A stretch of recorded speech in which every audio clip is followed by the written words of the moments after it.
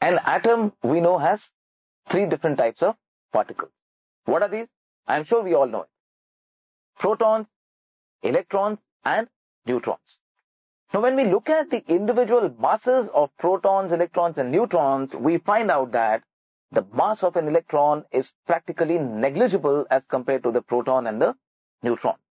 So, whenever we need to find the total mass of an atom, we take it as a sum of the masses of protons and neutrons, because we can practically ignore electrons. So, what do we define atomic mass as? Atomic mass is the sum of the masses of the protons and the neutrons in that atom. Now, going to the molecule. Molecules can be defined as molecules are formed when two or more atoms combine chemically in a fixed proportion. Summarizing that again, molecules are formed when two or more atoms combine chemically in a fixed proportion. So we have molecular mass as the mass of two or more atoms which are combining chemically in a fixed proportion.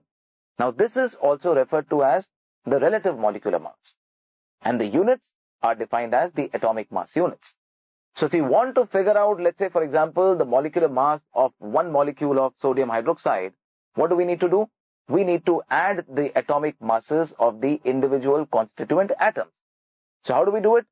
We have sodium hydroxide, the formula, sodium, oxygen, hydrogen, one atom each. So we have the formula NaOH. So if we want to find out the molecular mass of NaOH, we need to add the atomic mass of sodium, oxygen, and hydrogen respectively. So what is the atomic mass of sodium? 23 atomic mass units. Oxygen, 16 atomic mass units. And hydrogen, 1 atomic mass unit. So what's the total molecular mass? Is 16 plus 23 plus 1, which is 40 atomic mass units. Pretty simple. Now, one more different point which we must take care of is, at times, the substances have constituent ions as the particles. Now, in these cases, instead of the molecular mass, we refer to the term formula unit mass. So, for example, if we are looking at, let's say, nitric acid. Now, the formula unit of nitric acid is HNO3 because the constituent particles are ions. So, the process of finding out the formula unit mass remains pretty much the same. It's only the nomenclature which changes.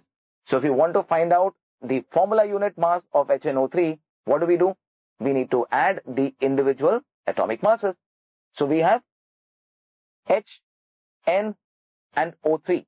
So, H, hydrogen 1 atomic mass unit, nitrogen 14 atomic mass unit, oxygen, since we have 3 atoms, so we have 16 into 3, 48 atomic mass units. So what's the total formula unit mass of HNO3?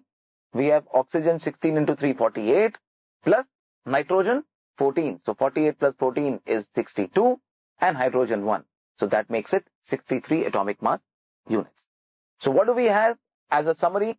That molecules are 2 or more atoms combining chemically in a fixed proportion, and molecular mass is the sum total of all the atomic masses. And in the substances where the constituents are ions, we instead of molecular mass use the term formula unit mass, but the process is still the same, that it is the sum total of individual atomic mass.